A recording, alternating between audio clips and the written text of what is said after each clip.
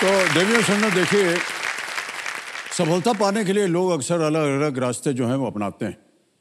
किसी का रास्ता होता है जुगाड़, है?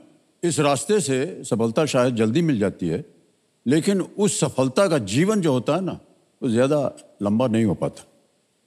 कुछ लोगों का रास्ता होता है किस्मत।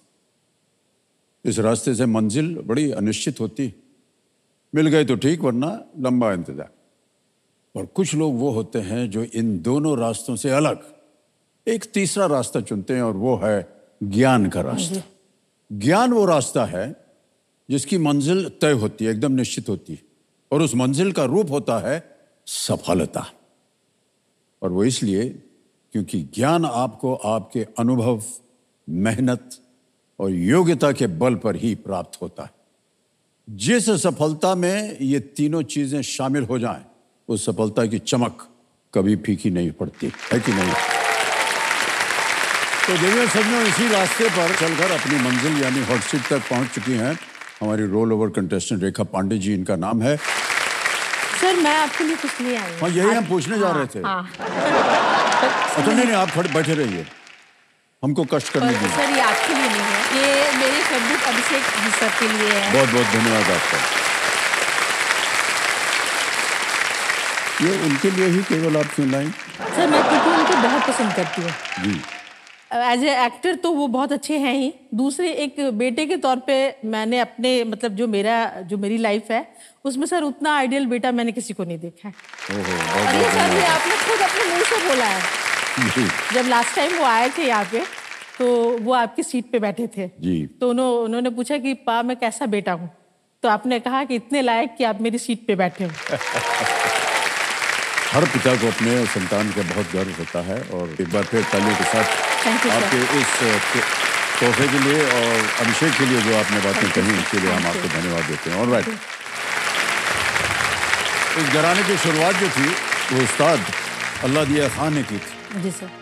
और वो अतरौली से थे, जो कि अलीगढ़ के पास स्थित है। जी सर, ये नाम सुना हुआ लग रहा था सर। अच्छा, सुना हुआ लग रहा था जी। लेकिन बाद में वो अपने परिवार के साथ जयपुर चले गए। जी सर। और वहां रहने लगे, और ऐसे ही इस घराने का नाम पड़ा जयपुर अतरौली। ऑलराइट, 9 प्रश्नों का सही उत्तर हो गया। हमें लगा कि इतना देर आप ले रहे हैं, शायद फिर से आप लाइफलाइन लेना चाहेंगे। सर, सोचना पड़ता है ना सर। जी जी। लाइफ में पहली बार ही अपॉर्चुनिटी मिली है सर, छोटी सी गलती से। पहली बार सर मैंने अपने आप इतना पैसा कमाया है सर, पहली मेरी इनकम है सर। ये पहली बार कमाया आपने इतना? वाह, क्या बात है। मैं तो एक हाउस वाइफ हूँ सर, और इसी टाइम पे सर मैं एक थैंक यू बोलना चाहती हूँ पूरी केबीसी यूनिट को। Thank you so much, each and every person. मेरे को होप नहीं था सर मैं हॉट सीट पे आऊंगी, पर मैं आई, तो thank you KBC, thank you each and every person.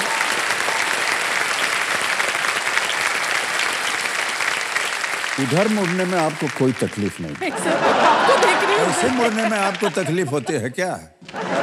कभी कभी हमको भी धन्यवाद दे दिया। मैं तो आप ही को देख रही हूँ। नहीं, आप बोल रहे हैं केबीसी वालों को बहुत बहुत धन्यवाद। सर, बच्चों को सबसे पहले नहीं, थैंक यू। नहीं, तो बाद में खेला है आपको। जाइए, नहीं खेलेंगे हम आपको, तो बस हो गया।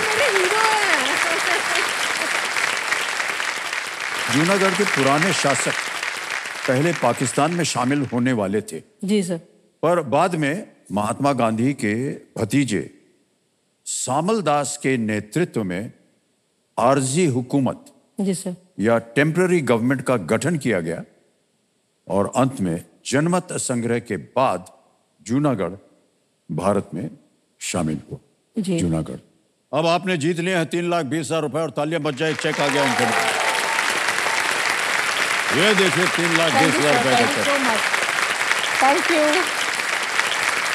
3,20,000 रुपए हो गए आपके, और ये आपकी पहली कमाई है। बहुत बड़ी रकम है। जी हाँ।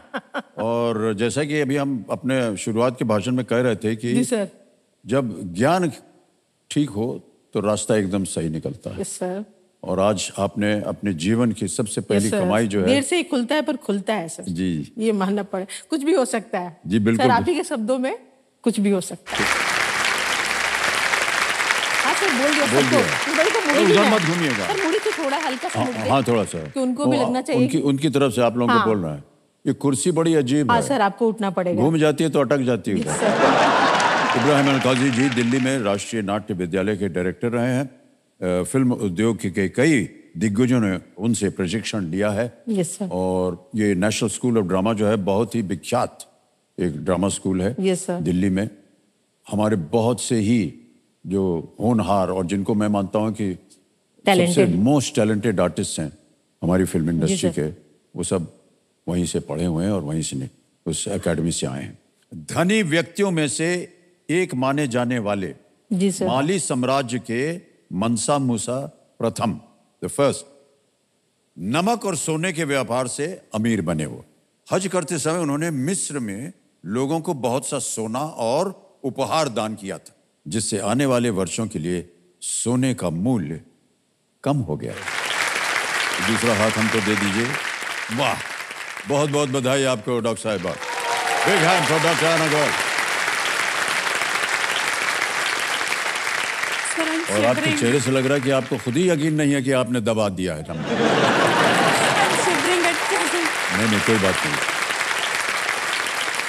वाह, बहुत जोर से भाई साहब चिल्लाए। कौन है वो आपके? मेरे हस्बैंड। पतिदेव है आपके? वाह, क्या बात है। तो देवियों सज्जनों, मेरे सामने हॉट सीट पर आ गई हैं लुधियाना पंजाब से डॉक्टर एना गोयल। और आपका बहुत बहुत स्वागत एना जी, बल्कि आपको हम डॉक्टर साहिबा कह रहे थे। ये बताइए, ये जो आप डॉक्टर हैं, ये शिक्षा वाले डॉक्टर हैं या दवाई वाले? शिक्षा वाले सर। ओह, अरे बहुत आदर सम्मान हो गया आपका। Thank you so much sir. तो ये बड़ा कठिन होता है पीएचडी करना, तो किस विषय पे किया आपने ये? सर मैंने पीएचडी किया है माइक्रोबायोलॉजी में। हे भगवान।